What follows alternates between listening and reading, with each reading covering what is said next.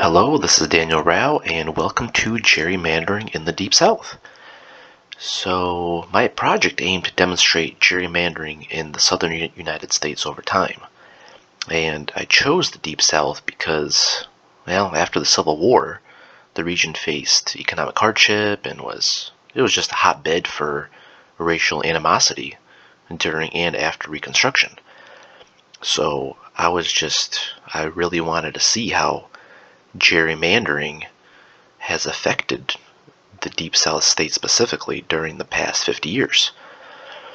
So when a user gets to the web page, they'll be greeted by this. So they'll get a little description of gerrymandering and redistricting because they're technically different definitions. So it's good to establish just the baseline, just so everyone's on the same page what gerrymandering is, what redistricting is, because when they start exploring the site a little bit more, there's going to be story elements on each one, and it's going to be good to know the difference. So, well, I guess let's get the basics out of the way, or I guess continue getting the basics out of the way. So, up here, this is just my my LinkedIn. Takes you here. About me. That's my digital portfolio. In reference, this is where I got all the data. So this is where I retrieve the shapefiles, and it's pretty cool. I mean, it goes back all the way to 1789.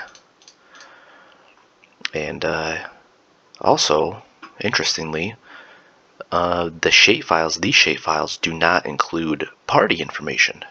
That is in a separate file in a GeoJSON file, which is in here. So I had to use both to actually establish geometry and which party each district belonged to. So that's kind of the preface, if you will. So going back, oh, and I guess to get another technicality out of the way, put it in this little underline just so users know that, hey, you know, it is a link. You know, it's not just, you know, I wanted to give some feedback that yes, they are about to go to another page, if you will. So users can just begin exploring if they want. They can just start scrolling down. Alabama, Georgia, Louisiana, Mississippi, South Carolina. Or let's say I know what state I'm looking for. I don't care about the story elements. I just want, say, Mississippi. I have this fast travel button. Select your state. And, well, the user wants Mississippi. It'll take them right there. And the user can just immediately begin examining gerrymandering in the past 50 years in Mississippi. So that's assuming the user's just interested in geometry and just see how districts have changed over the years. And you know, they might see a little bit of text here and say, hey, maybe I am interested in reading about it. And hey, because they got there so fast, they might want to go and look at another state. And I implemented this tab button. This will take you right back up. So now you're at basically the home page, and you can pick another state, South Carolina.